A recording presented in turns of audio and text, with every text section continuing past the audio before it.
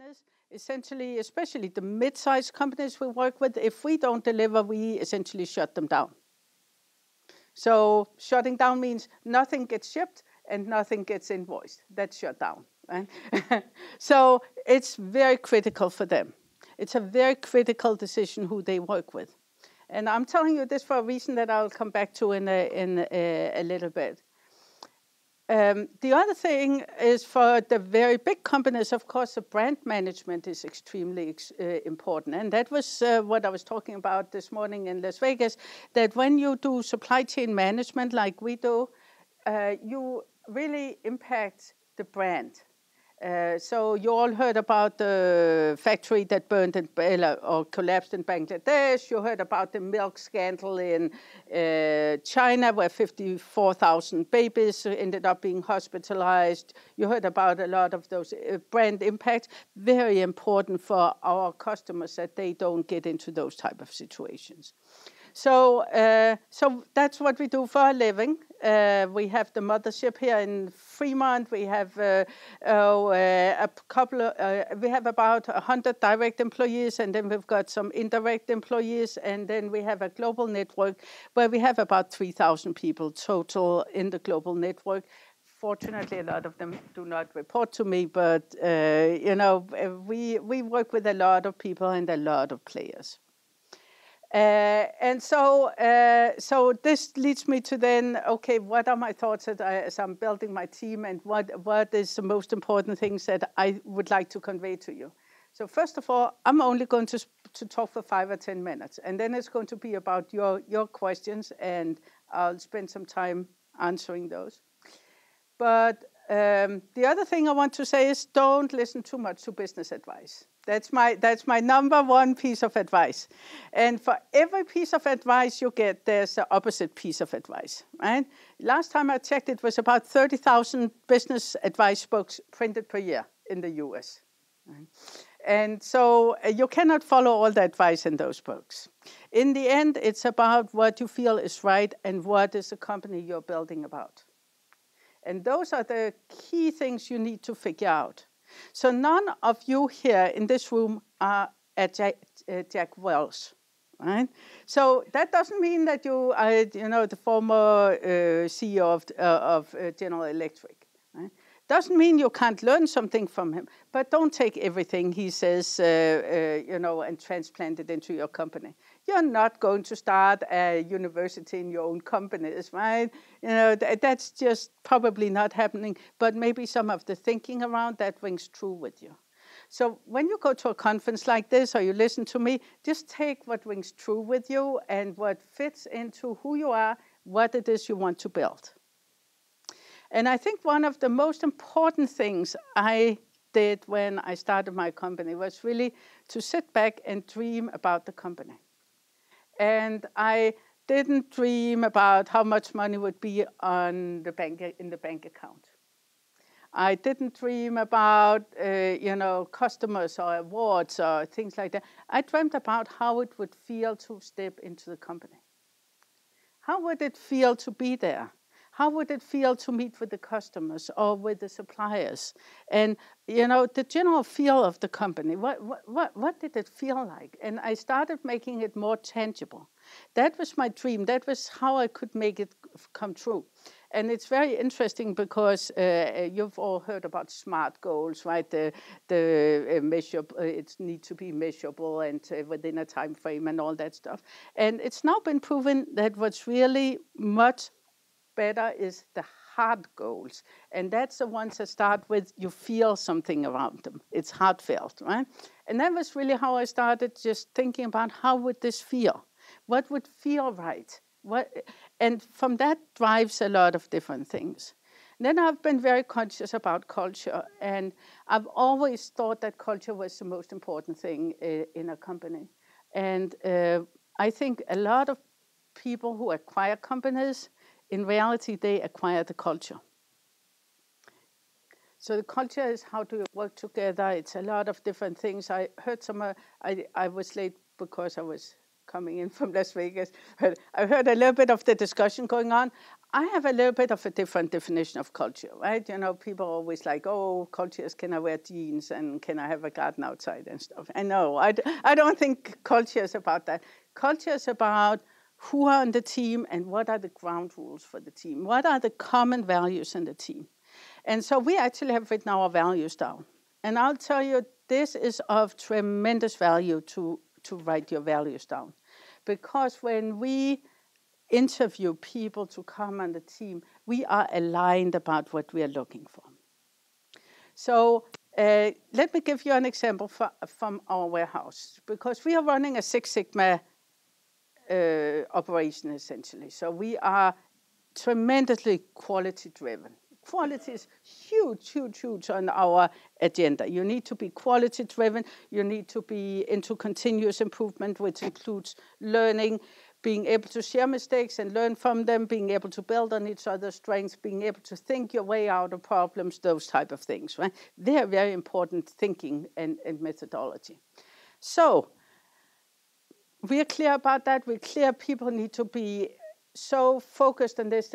They are very detail-oriented. They can deal with the details. They can also see the big picture, but they need to be able to deal with the details.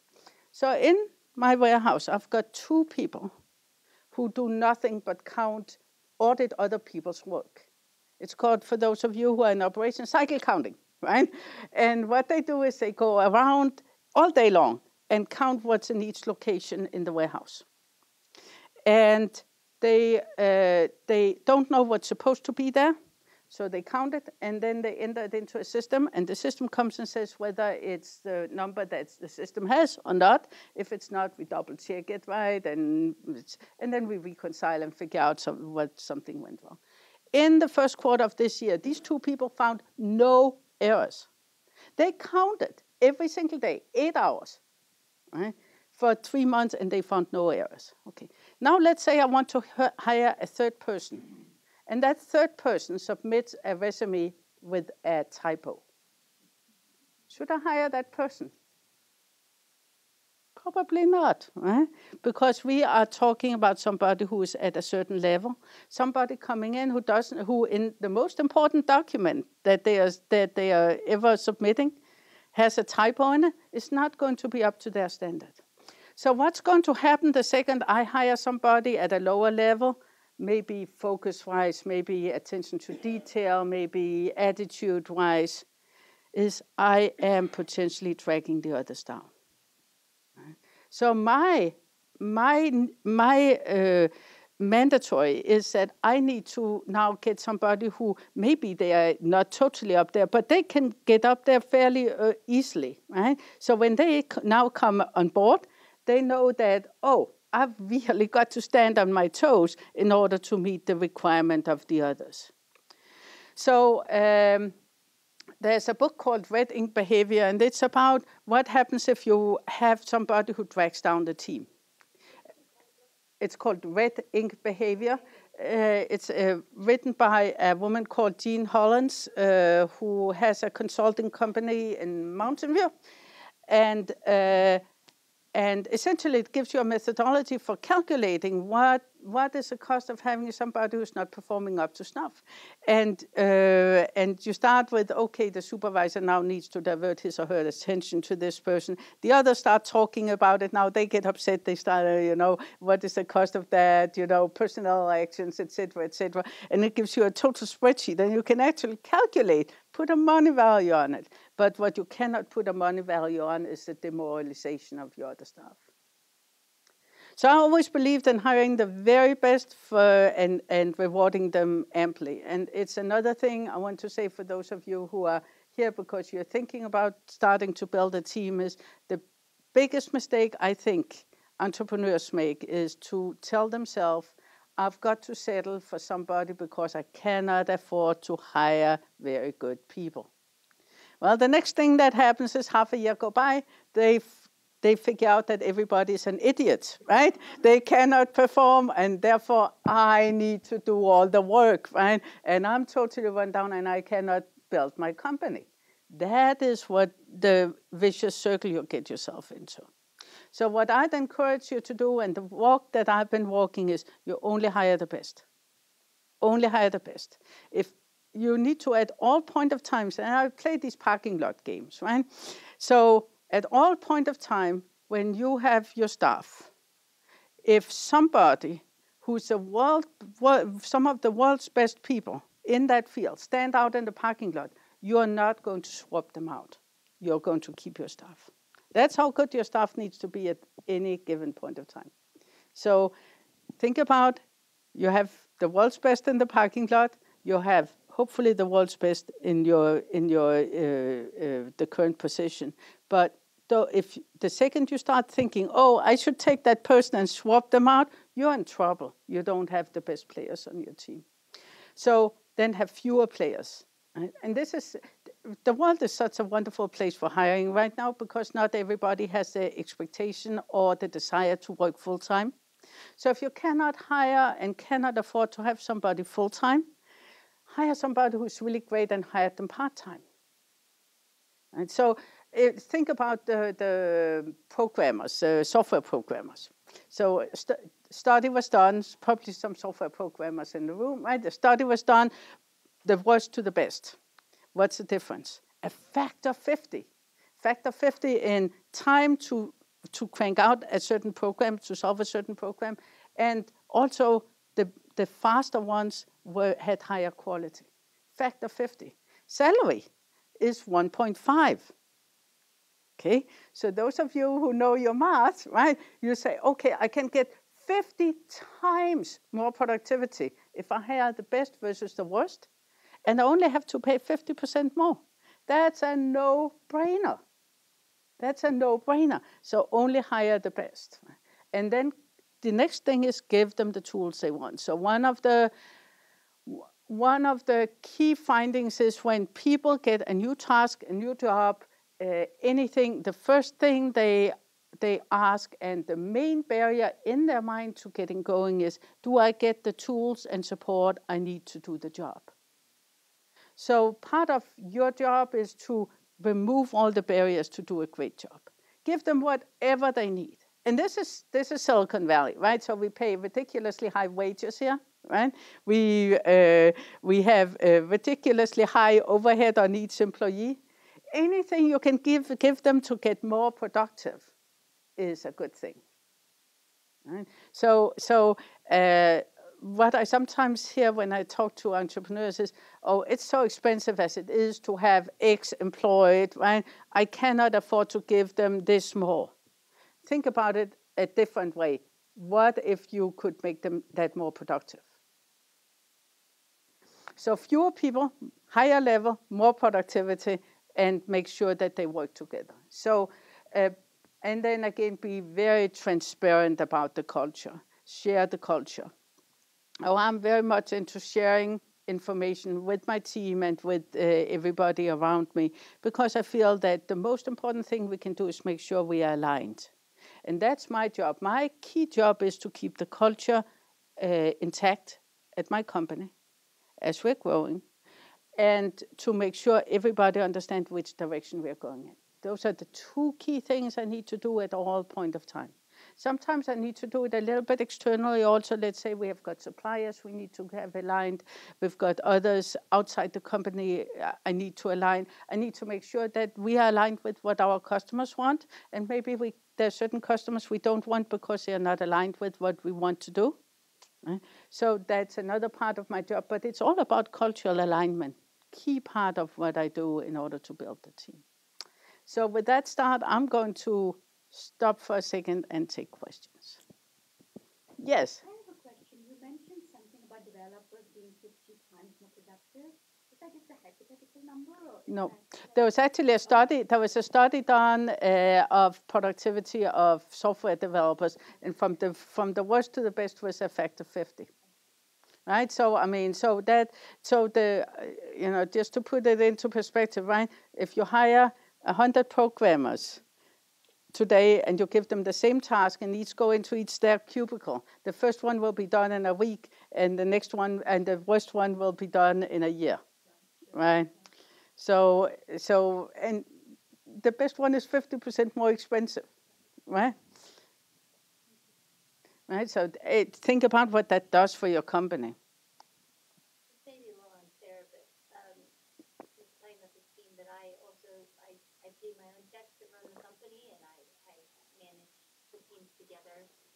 so culture is very important on creating that team. But one of the things I'm trying to figure out is how do I assess my own? So how do you assess you're talking about your function, but how do you assess your own performance, and how do you get the support you need since you are writing your own text, you are your own board? And in the previous panel, we were talking about sort of advisors and all that. So how do you support yourself in that self-funding function to meet your own expectations of yourself, I guess? Oh, Sorry. yeah. So there are different things. First of all, I'm not so concerned about whether I do things wrong. I'm more concerned about achieving the overall goals, right? So this is not so much about me as it's about how does the company and the team function as such, and do we do what we set out to do? Right? And so we set some company-wide goals, right? And we are all pulling our load. And sometimes I'm doing things that are super productive towards that goal, and sometimes it may not be so productive, right? I can make wrong decisions, has been known to happen, right? Or other things, and I'm not so focused about what I'm doing wrong. I'm more focused on moving things forward.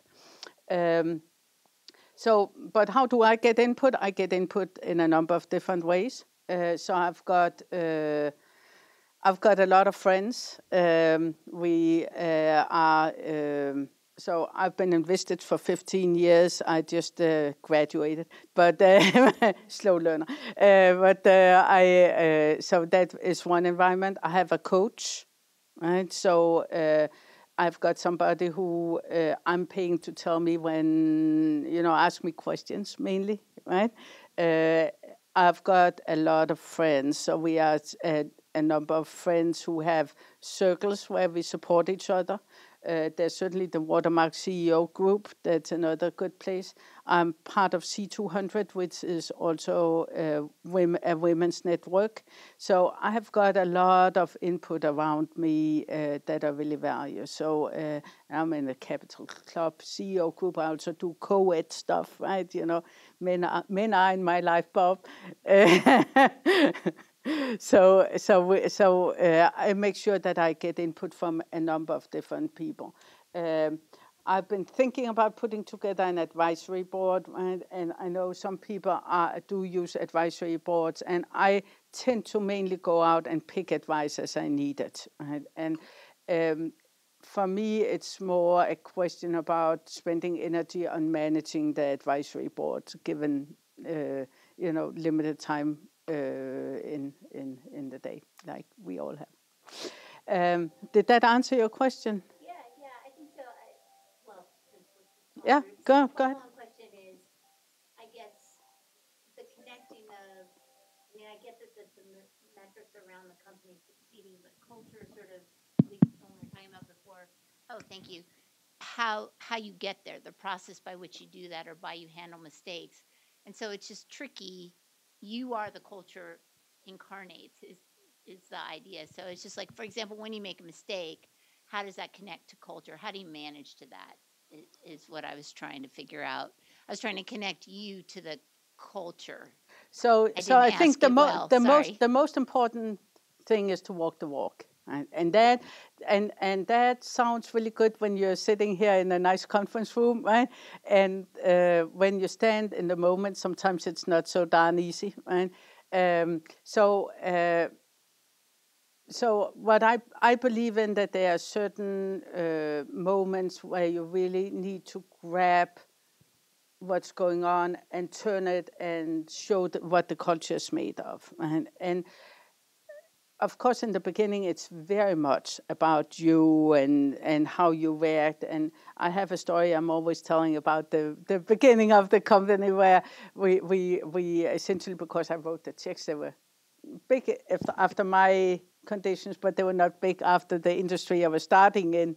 So we didn't have a lot of money to our name, right? And somebody had caught a mistake in a customer's product, right? And there was this big meeting in the conference room. I'm walking by the conference room, and I hear these excited voices, right? And half of the conference room said, You know, it's such a small mistake. Nobody's ever going to see it, and just let it pass, right? And we can't afford to do anything about it. And the other one was, no, it's wrong, right? And and they see me go past, and they go, "Oh, come in here," and they explain to me what's going on, and I just said, "This company doesn't ship bad product." And I turned around and I walked out the door, right? I can't tell you how hard that was to make that decision, right? Because I knew we were sort of like hanging on, right? Hey, I need to go back to my husband and tell him we need to put more money in so that we can meet the next payroll, right?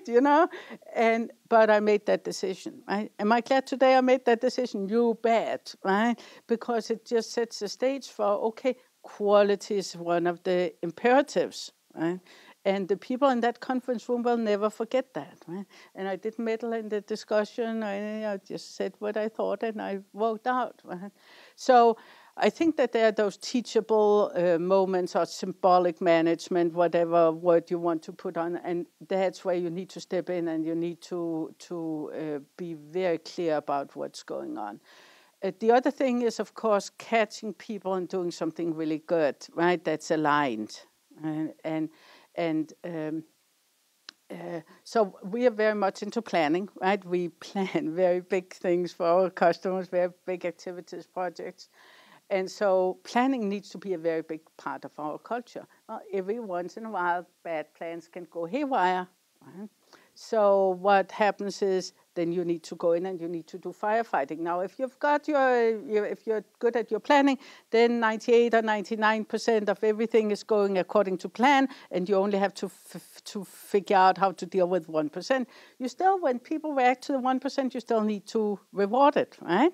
Because in the end, you want them to patch that hole, and you want to learn from it, etc. But you definitely want them to patch that hole real time, right? So I buy this company, and we get new staff members in first week on the job. And of course, there's a lot going on. We've merged two companies in a very short time. We're getting new customers in. Lots of stuff going on, right? And things keep going haywire. And I keep going out and patting people on the shoulder. And I go, how come we have so many mistakes going on, right? Where things go through. And I find out they don't have a culture of planning. Right? So they create the firefights, and what they get off on is that they get rewarded for it, right? The reward being somebody goes out and says, "Oh, great job catching that," and then you went into the ambulance and you rushed off and you got it done, and great job, right? But that was not what I was trying to encourage. Right? So then I stopped encouraging that behavior. Right? So you need to figure out what it is that's driving that behavior, and is it consistent with the direction you want the company to take. Thank you. I just wanted to piggyback a little bit on what you said, because I do have my own company as well, and I'm self-funded also. And two things that I've learned in terms of trying to be the leader that I want my employees to be is that I have to reflect what I model, what I want them to do. And that also includes fessing up when I've erred. And I tell my employees that. And, we work through those problems. So that's one way I try to walk that talk. And then secondly, I found, similar to what you were saying, that behavior rewarded is behavior repeated. And so when you find out something good that they're doing, make sure that you acknowledge that, so that they're not putting out the fire. But if you wanted to do it more around planning, and you get that back from your employees, this is great. Look at this wonderful plan for our next quarter, and let's see how we can execute to the plan, as opposed to the rewarding, the putting out the fire.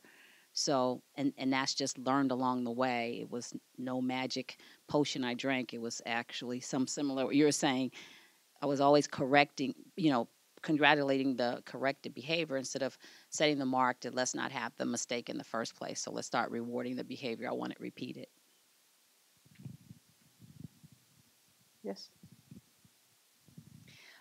When you were starting your company, how did you decide or determine what initial employees you needed to fill what roles? And then at what point did you need to hire a human resources person to manage that? I was really lucky because the way I started, when I started my company, I had worked for a competitor in the industry.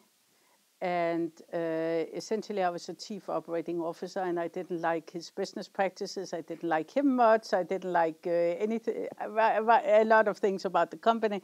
And one day, he promoted me to CEO, and I went home to my husband and I said, "I'm a complete idiot. I'm working for this guy, and I just don't want to work there anymore."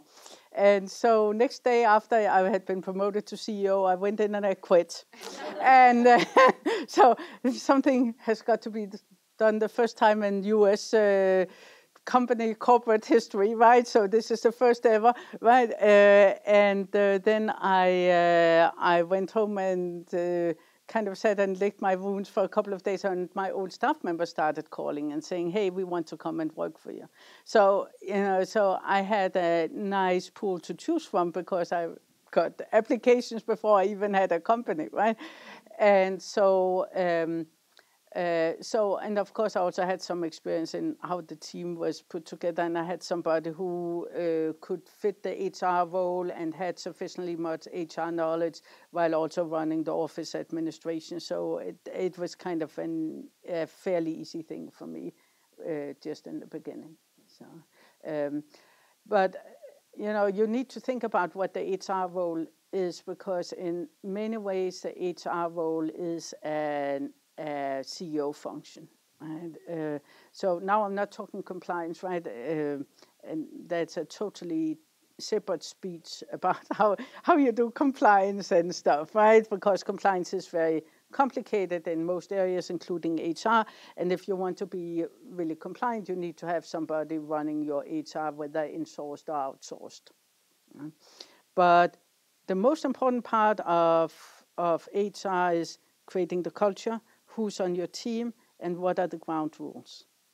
Right? How do you develop the team? And that, I think, is very, very hard to give to an HR person until you get up where you can hire somebody who's really strategic about that. Right? Very strategic about that. That needs to be, and still, even then, it needs to be a big part of what the CEO does. You need to really be involved in that role. Good. More questions? Yeah. So what happens, this is, I've been asked to step into a company where the long-term team at the level of what people do.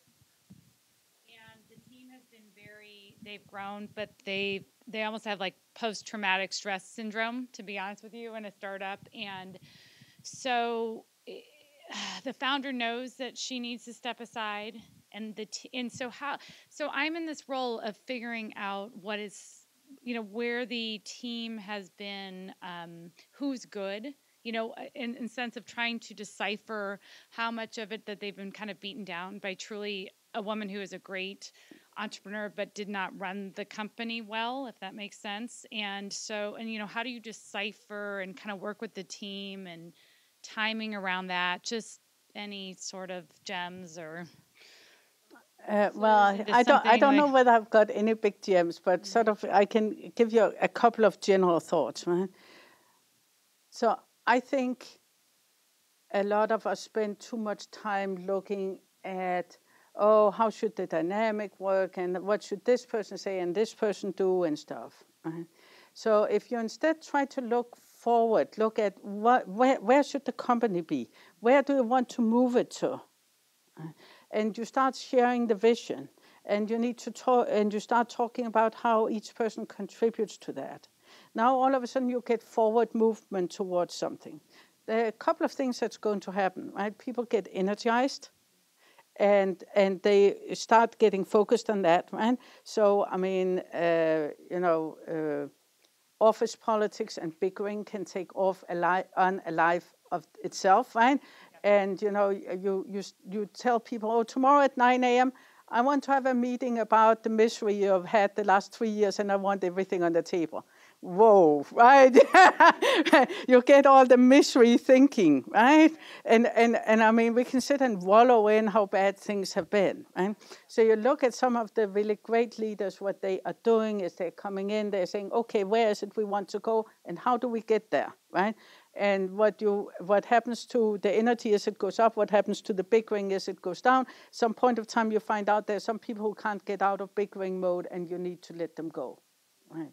So that's kind of very general. There's some books written about Schultz who went in and took over Porsche, right? And Porsche was in free fall, driven to the ground, if you'll excuse the pun, right? They were almost, I mean, they were really bad, right? And he went in and did a number of those symbolic decisions that I just spoke about. They had made a decision that they were going to participate in a race. And he went in, and the only question he asked was, are we going to win that race? And they said they were not sure. Then he said, we shouldn't really be in a race we are not winning. If we are in a race, we are winning. So let's win next year. And they withdrew from the race, and they won the race next year. And all of a sudden, you get this energy going towards something that people really get off on, right? And, what happens to me, what I do, since I don't have any employees here, I can say it, right? What I do is I play what people go home and tell their spouses. It plays in my head, right? It's kind of, I like mind games, right? So I play to myself what happens over the dinner table with my employees. What do they say? Oh, you wouldn't believe what happened at work today, : And then I'm like really curious about what comes after the colon, right? and what I want them to talk about is all the good stuff that happened, all the direction we are going. We closed a big contract. We shipped something that was really difficult or critical for the customer, whatever, right?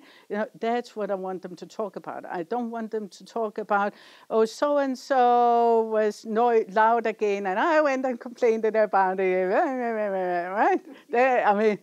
Right? So how can you change that thinking around? And I believe that by giving people too much opening to really look back at how bad things were, you can make it worse. That's not to say, certainly people need to be able to come and complain, and if there's been something really untoward's going on, you want to know it, but still, I would be very, very forward-looking. And that may also actually work very well for your founder, as long as the founder is aligned with where you're going. Well, they all want their business to succeed. So I think sometimes success can feel different to different people.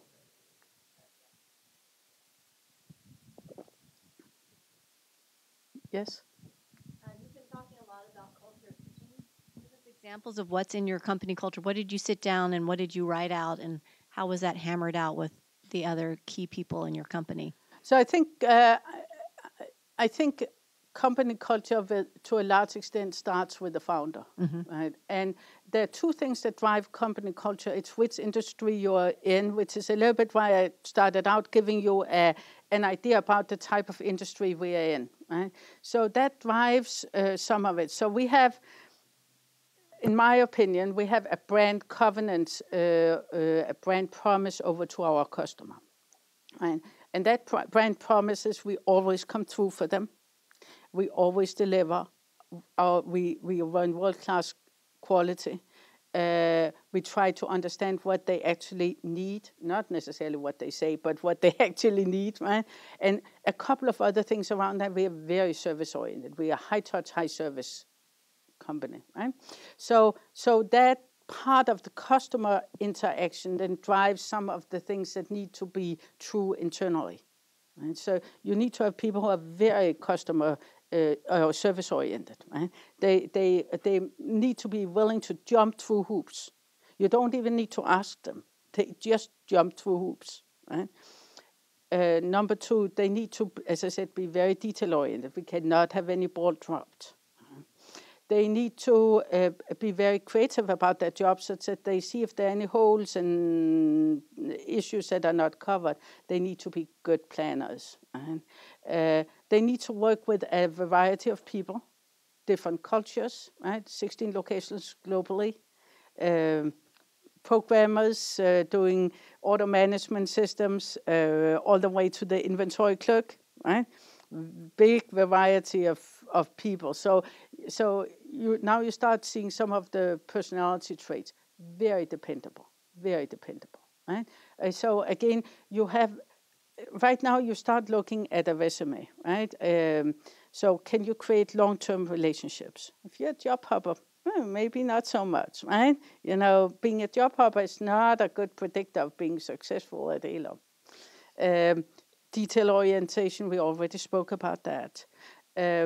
Values around service, also a very, there are questions you can ask around that, and typically you also see it when people start talking about themselves, right? In how far they're service oriented. Well, it's small things, right? You know, you can actually test for that. I look at whether a candidate, if I come with my coffee cup, do they open the door for me? Right? You know, hey, you know, right? Some people jump up and they open the door. And I go, okay, here's somebody who's really service-oriented, one of our key areas, right? It's not that I couldn't open the door myself, right? And most of the time I would probably be like, nah, sit down, right? But you know, I get those type of signals. So once you have that type of alignment, you just know what's important. And then I think one of the things coming from me is a continuous improvement, right? Because I'm sort of an innovator by heart. And I like to do new things and do it new ways and stay at the front, right? And so, which is very lucky because I'm in the supply chain industry, which has gone through tremendous changes in the 17 years I've had the business, tremendous changes, right? So, I mean, we had about 10 years where I had to reinvent the business every 1.5 years, right? And so that was just, you know, the first year we were in business, almost better than 55% of our revenue came from floppy disk duplication, right?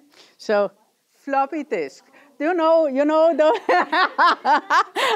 somebody here doesn't know what's happening, right? So I mean, so it's pretty good. We are good innovators, right? So that entire thinking about, okay, what's the next thing and how can I be prepared for it, and the continuous improvement, and I need to learn, right? Another area where I was just mentioning 15 years of Vistage membership, right? So each month I carved out a day and sat down and learned, right? And people saw I did that, right? And that's sending a very strong signal. So I came up with the values based on what I thought the company needed to succeed in the industry, but also what rang true with me. No.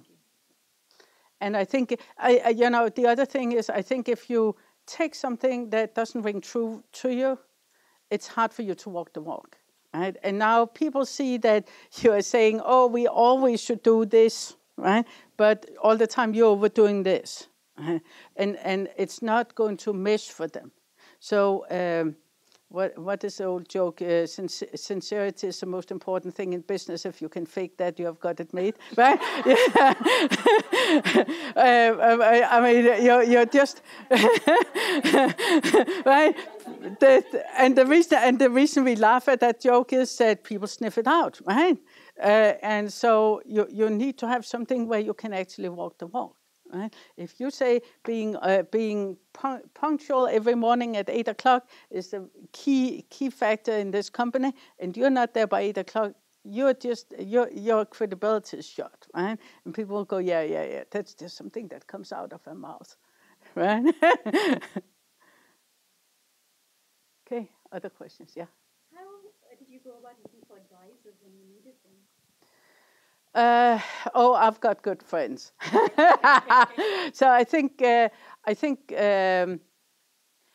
life is give and take, sure. And I personally believe that you get more by giving than by taking, right? And what I find is when you give to people and you then ask them for something back, they are there for you, right?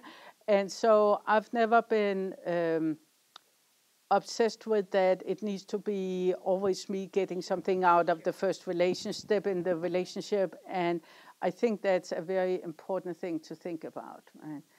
And in the end, I think anything, it's the same also with employee relationships, right? You want to have the type of relationship where an employee feels loyal towards both you and the company because you do right by them, right? So, so I think that the give-take relationship is very important. And so you cannot just give, that's just as wrong, but you also cannot just take. And especially in life as such. Now, we all go through periods where we take more than we give and periods where we give more than we take.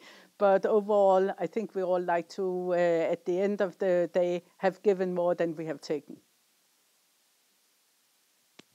What in your experience has been the best motivator for good work in your employees? Well, I think a couple of different things happen. First of all, when you have a team and you've got a certain transparency in what happens, and the team functions at a certain level, there becomes a big pride in how you're performing. Right? So now I was just mentioning with the inventory, right? So we've got 10 people working in inventory, 2 people auditing, 2 people never find anything wrong with the 10. How would you like to be the first one making the next error, right? And so now there's a thing going where you can say, just the team becomes a little bit self-monitored. People become self-monitored, right? So you come to work, you have had a bad day, you've been fighting with your girlfriend the evening before, you haven't slept at night, you're kind of dragging yourself, right? Now, are you thinking about that and taking call while you're doing your work? Or are you saying, okay, I'm at work, I better be on my best because that's what it takes to be on this team? So that you get a certain self-policing, which is also why it's so demoralizing when you then have somebody on the team who does not perform. Right? And that's sometimes what happens, especially in a situation where you inherit a team. There can be a couple of people who are really demoralizing to some very, very top performers. Right? And really makes them feel when they come in is, why should I bother? I know they are making more than me, and I'm doing more work than they are doing, and they may be right. Right? So I think once you show the team that you are fair about things, and you have a well-matched team that's challenged, I think that there's some self-policing going on. The other thing is, of course, to give. So then there's the entire thing about giving people what they need. So if they need tools, right, they get the tools immediately. So you're sending some signals to them about that, both in terms of them, but also in terms of the importance to the company of the job they're doing. Third thing is showing them that they are part of something bigger. And so you've all heard about the brick and the cathedral, right? The guy who shows up and somebody goes in and says, what are you doing? He's laying bricks and he says, oh, I'm building a cathedral, right? And so this gives a little bit more meaning to the job. Right? It's not just like, so I still understand my piece of it, but I also see the big picture where I'm going. So that's when I say I share a lot with the staff members. So each year we do a one-page business plan. And that one-page business plan has our overall goal for the year. It's got our mission, it's got our values, got our quality goals, right? Quality important. And then it's got what action items, what are we doing that year? It's a confidential piece of paper, right? I really don't want my competitors to see it, right?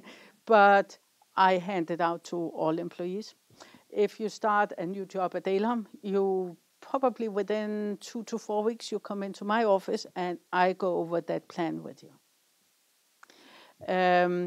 And so it's not necessarily a one-on-one. If we've got multiple people starting, they'll come in and we'll have a conversation around it. But I feel it's very important that everybody understands where we're going. Then every 6 weeks, we have got all hands meeting. We do tie into the goals. We also talk about other activities, everything else going on. And we actually do remote broadcast of them for remote employees, etc. We record them so that if you're sick, you can go in and you can see them. Not difficult in this time and age, but certainly sending a signal that we want everybody to be involved. And then, of course, we have a little bit of the traditional trickle down to supervisors, etc., and some trickle up. Right? The trickle up is one of my areas for improvement for this year. So, I think having everybody involved in where is the company going and seeing the big picture and seeing from their job. Then we do a number of other things. We do, everybody has a job description, and that job description is tied into how you fit into the overall company. Not just, again, I'm laying bricks, but I'm laying bricks, and this is how it fits in. So we're trying to do a lot of different things to make each person understand where they are and how they fit in. We have an onboarding program, and so if you start in a department, you'll rotate in different other departments so that you understand what's going on, and you can participate and get to know some people, and you can go over and talk with them. And then we've got, frankly, parties, social events, etc. We just had a nice Easter open house where families could come in with their kids. One of the departments had done it. We had 20 different games going on of different things, and kids came dressed up, and we just had fun, and people work together, and it's part of it also that you get to know each other on a personal level, right? As Henry Ford said, I hired staff and people showed up.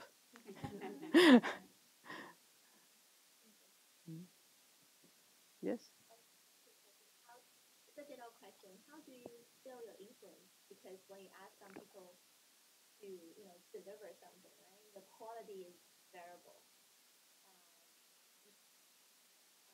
Some people can do a very good job. Some people can do an okay job. Like, how do you extend your influence to make sure that people give you a good piece of? First of all, if you don't think people can do a good job, right, then they shouldn't be on your team. Oh, no, like people outside of the team, like I have no control over, but they are responsible for a piece of work that comes to So it's always difficult when you cannot control somebody else's work, right? But one key thing is to be very clear about expectations, right? And that, so what's a deliverable? And I believe in explaining to people what the exercise is. Rather than explaining how to, I explain why. What is it we're trying to achieve here? What am I doing with this? Why is this important? Right? I'm preparing a report for the executive committee that they need to make a decision about whether we are doing this expansion. Right? So you put it now into a framework so that they understand what you're doing with it. Then you explain to them when you need it, and you explain to them some of the key points that you feel you need to touch on. Right? So now you have got sort of some drill down, and then you say, can you do this? Right? You get the handshake over to them, and which questions do you have? And then you get the handshake on that this is a deliverable. So I don't know that I can help you much more if I have no personnel responsibility for them. I always believe if you ask people to be creative, to bring things up, you'll get the best of it.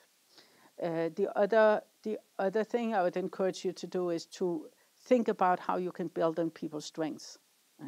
And we all know, we can talk a little bit about strengths in general, but we all know that when you go out and you build on people's strengths, you get much, much more out of people than if you try to focus on their weaknesses.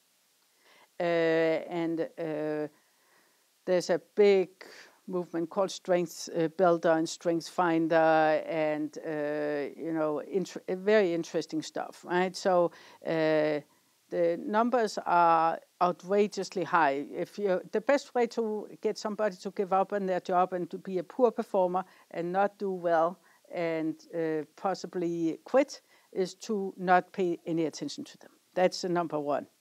Number two, if you want to harass people out of a job, is to give them a look at all their negatives. Now, on the other hand, if you want to actually get them to perform for you and really work for you and produce for you, then you build on their strengths. And you find their strengths and you talk about their strengths and you see what you can get out of their strengths. And something interesting happens when you do that, because your mindset around the person shifts as well. And you start thinking about that person differently and you develop a different relationship. And all of a sudden they're performing better for you. So I cannot speak to your specific situation. I hope that was helpful.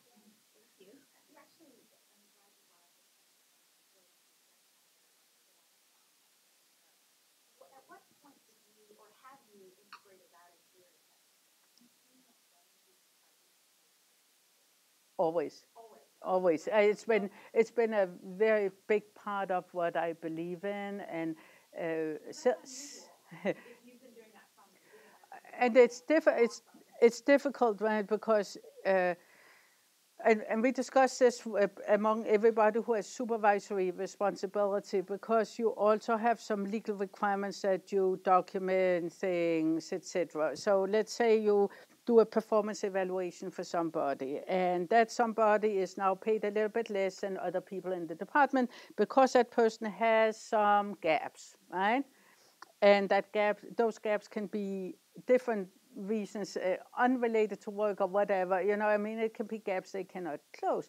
Now you want them to feel good and you want them to build on their strengths, but still those gaps still exist. So you're paying them less. Now you need to document it. And so now you give them a performance review and it's got all those, oh, this is not so good, and this is not so good, and this is not so good. And it's difficult to turn that around, right? Because people hear that, right? You all know the 5-to-1, right? You need to do 5 positives to 1 negative, right? Or some people say 25-to-1, right? It's harder to do, right? So they did the research for those who like the marriage research, right? They did the marriage research where they actually could predict whether marriage would last based on the ratio of positive to negative, and it's essentially the same in the personnel world. So I've always believed that it's very important. I also believe that sometimes it can be difficult to do. Right? And what have you done just to build on top of that with your blind spots? I mean, if you've taken the test and done them, and you also just know personally what your strengths are, I'm a leader, I'm the driver, and I have a small advisory team that eventually this stage as well. But what are you doing, or what have you found really helpful in identifying your blind spots, and then how are you? Is that really through your business coach that you're able to balance that off and develop? Is it now I should say I don't have any blind spots? No, so no, so I think we all have blind spots, and I think we all know about them. And one of the key things, as I said, I really am looking for top performers when I'm hiring. But they shouldn't all be like me, right? God forbid, right?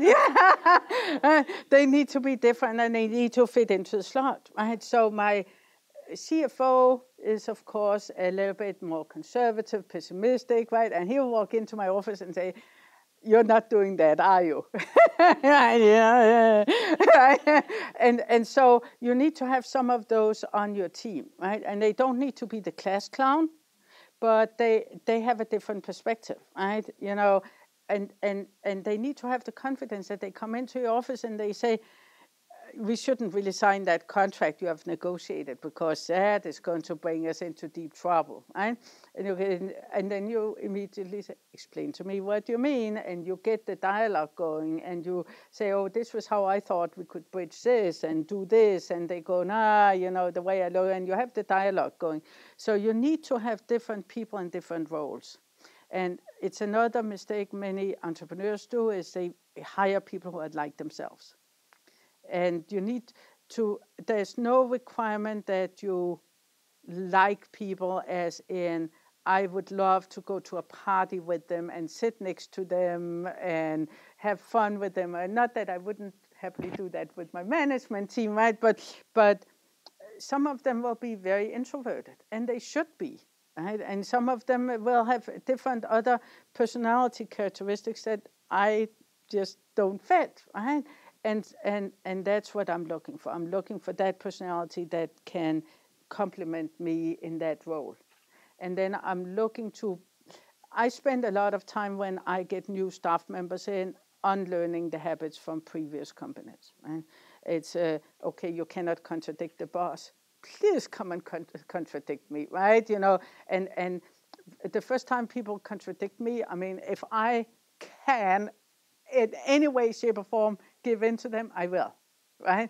Because I just want to send the signal, come into my office, tell me what I'm doing wrong, right? I'll take a bet with them, and I'll pay them, the 25 cents, and they'll frame it and put it in the office or whatever, right? You know, I do whatever symbolically I can do to tell them to come and contradict me and be my counterpart, right? I need that. So I think that's the most important thing is on your team directly, because even if you've got advisors, what happens with advisors is, and with Vestige, and with Watermark, and in other groups is, you go to them and you say, okay, so-and-so is thinking this and this, and they're doing this and this, and you're filtering everything, right? And they don't necessarily know the details of your business. All they can say is, that sounds weird, and he seems like a competent guy. Why don't you go and get more information about it? Right? But it's not the same as hearing it from the horse's mouth and getting that input directly and having the dialogue real time. So you need to have those type of people on your team, and you need to consciously make sure that they have learned that they can come to you and discuss it. And I mean, my CFO is eminently good at it. My CTO is very good at it. You know, I mean, when I do my one-on-ones with them, each time I thank them for coming with things to me. Each time, right? And I put it in their performance evaluation. Thank you, you know, and I really enjoyed the feedback, right? You know, so I just really encourage it. And it's not easy, because people have learned this thing with, oh, it's a boss, I better not say anything, let me hunker down, right? And so unlearning that is a process that you've got to work on. It's like taking in a dog from the shelter that has been abused, right? You know, you need to teach it that there's love and, you know, etc. So it's a process. There was a question over. Totally off the topic, but you talked about your role, you were a CEO, and then you started your own company. In your personal life, with your family support and being an executive, what have you found has been, I don't know, the give and take that you've had to have with your personal life? Or was everybody always for you taking this big leap and having your company? When I started, yes, and then so I started my company in '97, and at the time, as I said, my company was self-funded. I got some SBA loans and stuff, but I mean, I founded a fairly big company with relatively little funding, right? And then the value went to pieces, and some of our big customers decided that they could not pay us. And that left us in a lurch, and I almost lost the company. And that was really hard, right? Because my husband and I had funded it through our personal funds, right? And so, and each time he made $1, I was there grabbing it, putting it into the company, right? And so it did get somewhat tired at one point of time, right? And it's where having... So there's pros and cons, and having your own company and putting in your own money. When you make it through and you're cash flow positive, etc., it's really good. Right? It can be a lot of pressure when that's not the case. So I was in in another group Monday evening, and there was somebody who was in that exact situation, right, where she had been a corporate executive for many, many years and now started her own company, and her husband keeps going, so when are we starting?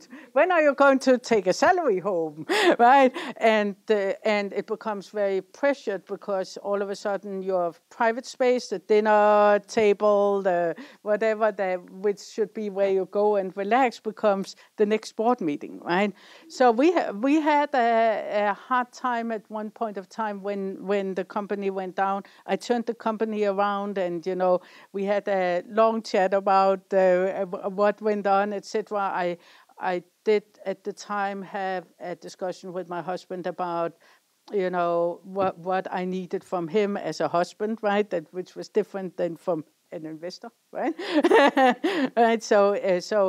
But the roles get very blurred when you are in those type of situations. So not always, but generally I like to surround myself with people who support me, and my husband has been, except for when I went through the wormhole in the salt mines, he's been extremely supportive, and he's always seen me in leadership positions, and so what he saw was what he got, right? So he's been pretty good with that, and then I've been very fortunate surrounding myself with really great friends who are supporting me in what I'm doing. So that has been very important as well. Good. More questions? Yeah. What do you think of this stage as the next one? Excuse me? This stage? Vistage. I think Vistage can be extremely helpful. It really depends on the chair you're getting, right? So the chair. For those of you who are not familiar with Vistage, let me just explain what it is. It's a group of CEOs. It's the biggest group of CEOs in the world, 16,000 CEOs globally. And it's organized in small groups. If you join, you're put into a group that's between 13 and 16 CEOs. And each group is run by a chair. And the chair then arranges monthly meetings where half of the meeting is a speaker and the other half is learning from each other and discussing each other's problems. I always jokingly say we discuss each other's employees, but we actually talk about other things as well. And then once a month, the chair also becomes your coach and comes to your office or wherever you meet and talks with you for 2 hours about what's going on and asks questions and supports you. So it really depends on the chair, because the chair is your coach, and so it needs to be somebody you feel very aligned with. And number two, the chair is also setting the tone in the group. Like what can be discussed, how open are we, how structured is it, right? So there are Vistage groups that spend the first 2 hours of each meeting talking about the numbers and where we're at with the numbers. And there are some groups that barely share numbers once a year, right? So you've got to decide what's important for you and find somebody who's aligned with you, and you can actually, so the experience will definitely differ. The other thing I'd encourage everybody who is a CEO to do is Watermark has a CEO group, and we meet about once a quarter. It is a little bit of an investment in time in that we meet all over the Bay Area, but it does give a nice support network. And with anything in this world, the more you put in, the more you get out. More questions?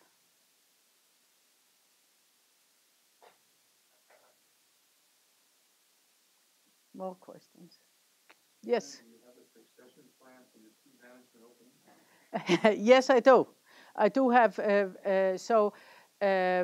So we have a succession plan. It's actually something we started working on a couple of years ago, and we have for each position we have a succession plan that includes both what happens if people get hit by the pickle truck and their growth path and their and who we are nurturing to get and coaching to get up to their level, right?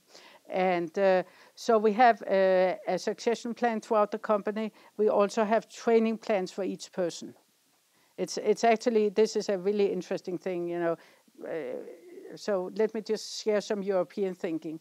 When I worked in Europe, everybody I knew went for outside training minimum once a year. I just never, ever had met anybody who hadn't gone to outside training at least once a year, right? And I moved to the US and I found out that is not the thinking, right? If you sit down with a new employee and you say, I think you should think about what you need to be trained in, they will go, what's wrong with me? I'm really good, right? And so people are not in that mode. I've got to keep my skills up to date. I've got to learn new things. I've got to follow what's going on. And so consequently, essentially the training budget in the US per employee is less than half of what it is in Europe. So it's which is a very interesting statistics, right? You know. So what we are doing is we are encouraging people to get training. So each year, each person have a discussion with their supervisors about the training paths, right? And we do a lot of in-house training also. We do bring trainers in, but we have for each person the training, the entire training, and we've got critical for the job, we've got growth in job, and then we've got personal development. So we probe in all those areas. And still, a lot of people will say they don't want to go to any training, right? I mean, we need to kind of put it on. One of my friends tried something, and this is a really interesting model, right? He said to everybody, you have, all his employees, you have $2,000 to be trained for your training budget. What do you want to use them for? Each person gets $2,000 each year. Better than half of his staff members don't get any training. Even though he says, hey, you know, so this is the European me, I just don't understand that. Right? So anyway, so we have got people who are just below, right, that we are training and nurturing to get up there. Doesn't mean that they necessarily can step into that function today. But yeah, we do have a succession plan. And actually, we just completed our TL certification, and that's part of one of the requirements is that you have some level of succession plan and recovery plan, etc. Right? You cannot have really big projects be dependent on one single point of failure. So and then we've got cross training going on. Right? That's of course a very important part. So we're on the each management level, we've got cross-training at the same level going on also, such that we can certainly cover at least for a period of time. But yeah, you know, it also as a company has grown, one of my key things is I of course don't want things to be dependent on me for many different things. I like to go on safari in Africa and things like that, right? You know, at least I can pretend there are no phones there, right?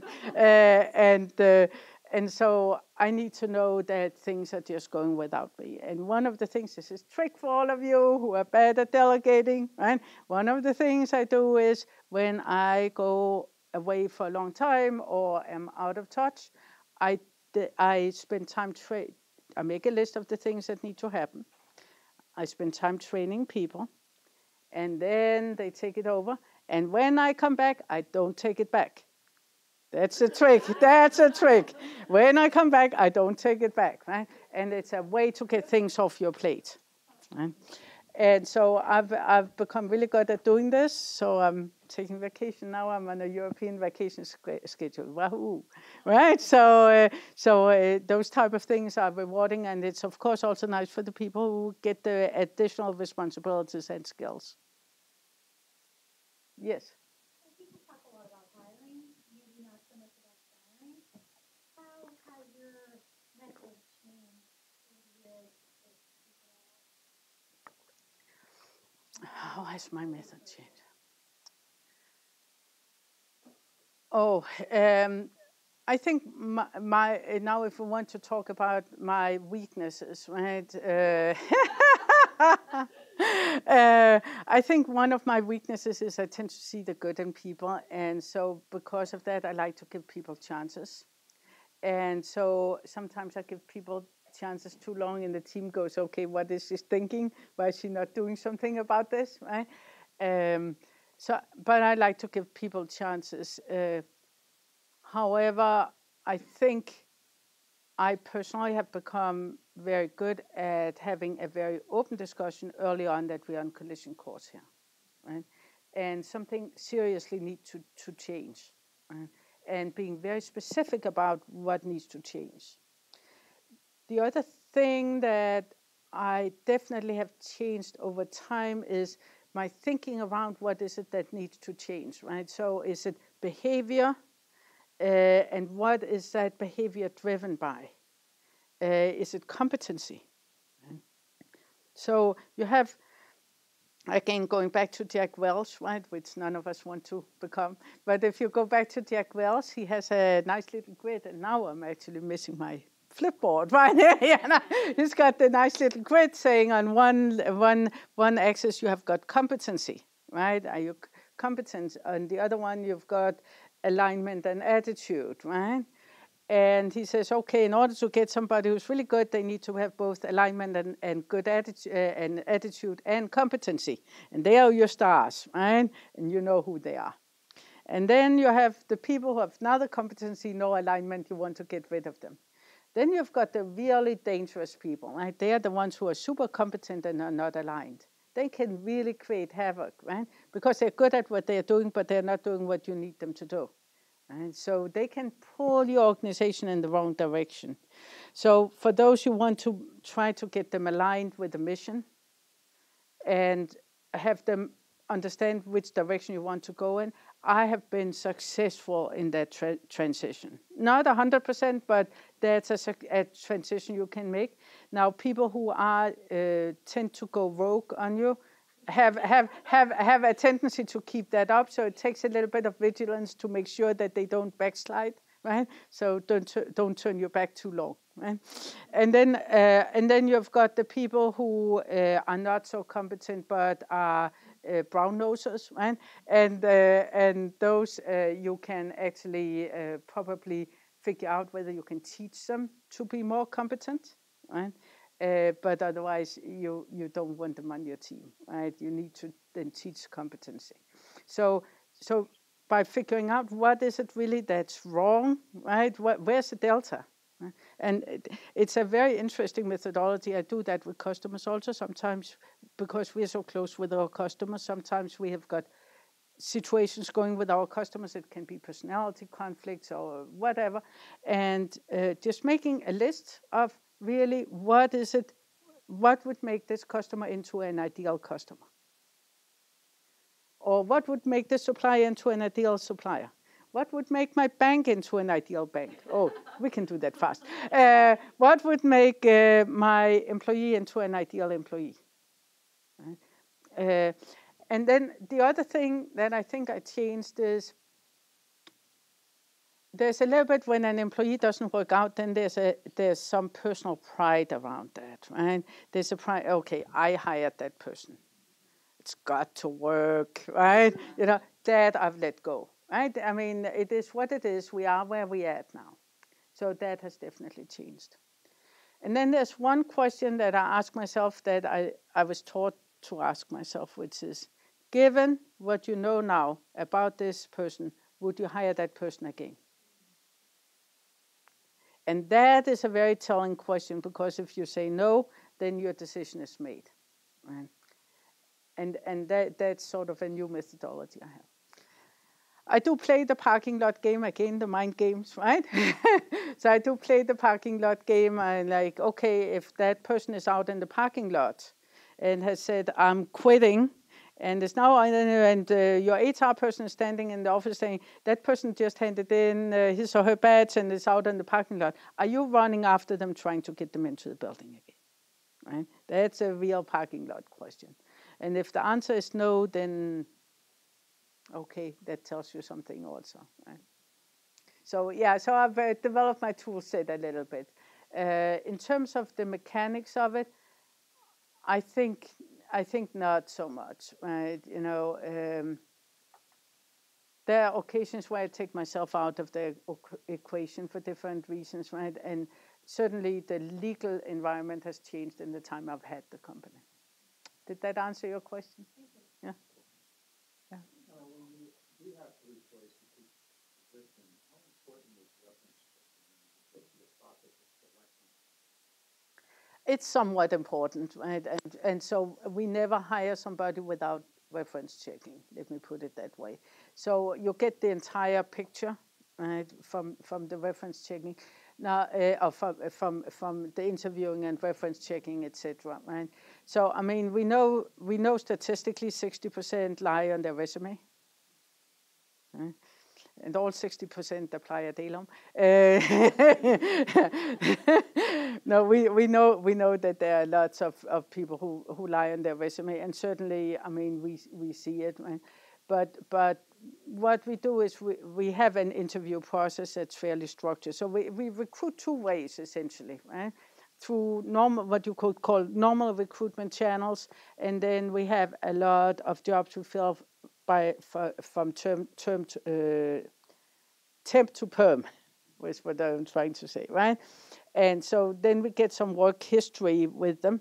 Doesn't mean we don't check references. Doesn't mean we don't do background checks, etc. But we have some other information that's maybe more pertinent, right? So definitely we do a team hiring process. So we start out defining the job, the success criteria. We have our values, right? So now we know what to align to.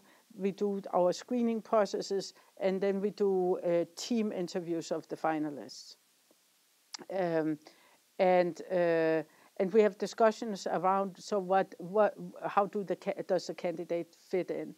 We use a number of different methodologies. If you don't have any experience in interviewing, I'd highly recommend looking Lou Adler up. He has a way for you to really drill down into the person's background, and you can get a lot of information by drilling down, and you can do it in a very positive, constructive way that people really feel strongly, they are very interested in me, etc. Lou, L-O-U, and last name is Adler, A-D-L-E-R. And he's got a lot of content on the web. He's written some really fabulous books. And essentially, what most people do is they ask standard questions. And what he tries to get you to do is ask very specific questions. Right? We've got time for me to tell one fun story. So at one point of time in my career, back when I was gainfully employed, right, I happened to see one of my coworkers' resume, that he was out job hunting, and he had put on his resume everything that I had done. Right? It was hilarious, right? And so it just taught me the question, the thing about you need to really drill down and figure out what people actually did, right? And Lou Adler teaches you how to do that. So you go in and you say, oh, so you were the inventory supervisor here. Who did you report to? And then they go, oh, who else reported to them? Oh, what did the others do, right? And you go in, you drill into the detail. Also, a lot of people go, oh, if I call your former employer, what would they say about you? Everybody knows that this is a question of getting the lie, right? But now what you do is you go in and you say, oh, so who did you report to? Oh, I reported to the supply chain manager or whatever. Okay, you say, oh, who was the supply chain manager? Oh, his name was Tim. Okay. If I call Tim, what is he going to tell me about it? So now all of a sudden it becomes much more personal, right? And it shows, research shows much less likelihood that people are making things up. So, we do all those type of things to make sure that we get down to drill it down. I also, on the interviews I'm in, I interview a lot for attitude and values, right, which are very important to me. I think everybody do by now, because when we compare notes afterwards, I used to be the one who was like, oh, but have you seen this and stuff, and now my team members are starting to also do more of that type of thing.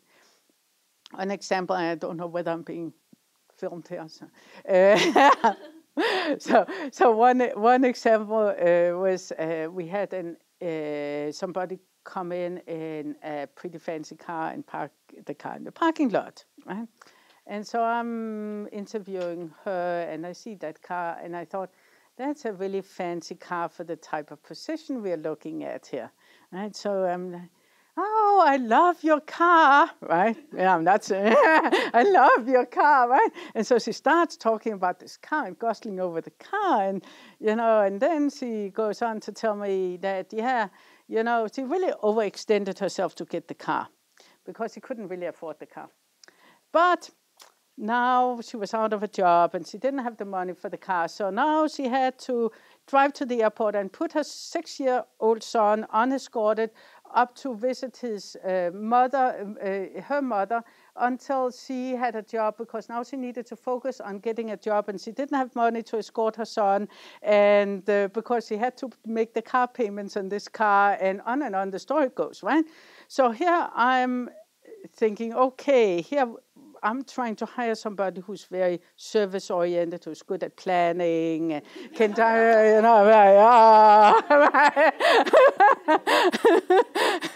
and so I like to just get people to talk about themselves, and and sometimes I get really good stories, right? Very heartwarming stories, and sometimes I go, oh.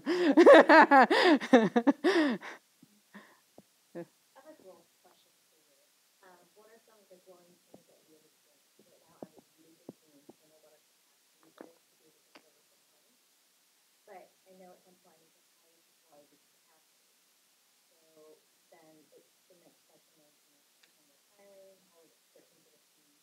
So do you have an experience about your growing pain? Fung, I need at least an hour to answer that. Okay, so I've played the chicken and egg game, right? And so the first thing is, when you are really busy, don't hire anybody. When you're really busy, don't hire anybody, because when you hire somebody and they come in, your team needs to use their time, bring them up to speed. And you use your resources in hiring somebody. And what people do in that type of situation is they hire somebody who is in reality not up to snuff, right? That's called panic hiring, right? Right? Don't do it, right? What you want to do is you want to do really good hiring, be very deliberate about who gets on the team. So when you do your panic hiring, you get somebody in who first the team spends time, then it drags down the time, then you fire them, right? It's a cycle, right? So what you want to do is, if you've got money, you hire before you need them. If you don't have money, then you hire when the peak is coming down and you can see, okay, there's another peak coming out. So then you hire while you're in the valley. So key thing to not go out and be panic stricken about it, right? Then the other thing is that you want to make sure that your team is engaged at all times. So don't overstaff such that they become two legs, right? And I would say this in front of my team, right? So it's not a secret. Part of the problem you're having if you don't keep your team challenged is that they get used to working on a lower level. And then when you really need them to kick in, it's hard to get them up on that level again. Right? So you don't want to get them used to a 30-hour workday when you really need them to spike up to a 60-hour workday. So don't overstaff.